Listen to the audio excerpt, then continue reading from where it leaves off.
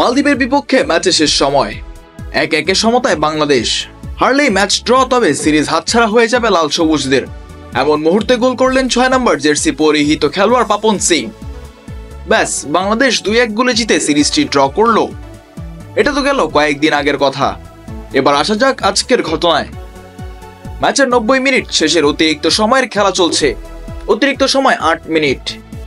7 মিনিটের মাথায় throw in পায় বসুন্ধরা কিংস। সেখান থেকে বল বিল্ড আপ করে জনির পায়ে বল এবং গোল।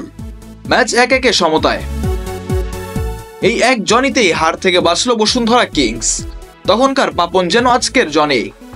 বাংলাদেশ প্রিমিয়ার লিগের 5ম রাউন্ডে নিজেদের 5ম ম্যাচে ব্রাদার্স ইউনিয়নের সাথে শেষ মুহূর্তের গোলে 1-1 গোলে ড্র করেছে বসুন্ধরা কিংস। এই নিয়ে সকল প্রতিযোগিতা এখন পর্যন্ত সর্বশেষ 4 ম্যাচে 3 হার এবং 1 ড্র কিংসদের। বিপিএল এ 5 ম্যাচে 2 জয় 2 হার 1 ড্র, 7 পয়েন্ট নিয়ে পয়েন্ট টেবিলের 5-এ পড়ে রইল কিংসরা। নিজেদের হোম মাঠ কিংস অ্যারেনা, দর্শকদের আনাগোনার সাথে নিজেদের সাপোর্টটাও ভালো পেয়েছিল কিংসরা।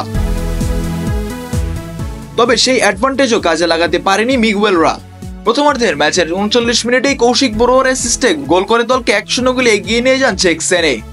এরপর থেকে আক্রমণের ধার বাড়াতে থাকে বসুন্ধরা। কোনো কাজ না হলে 1-0 গোলে পিছিয়ে প্রথমার্ধ শেষ করে কিংসরা। দ্বিতীয়ার্ধের শুরুতেই আক্রমণ করতে থাকে বসুন্ধরা কিংস। তবে সেই আক্রমণের মাঝে দেয়াল হয়ে দাঁড়ান ব্রাদার্স গোলরক্ষক আশরাফুল আলম রানা। তবে তাতেও থেমে থাকে না কিংসরা। একের পর এক আক্রমণে অবশেষে শেষ মুহূর্তের গোলের দেখা পায় রাকিব ফাহিমরা। মাহবুবুর রহমান জনির শেষ মুহূর্তের গোলে 1-1 গোলে ড্র নিয়ে মাঠ ছাড়ে বসুন্ধরা কিংস।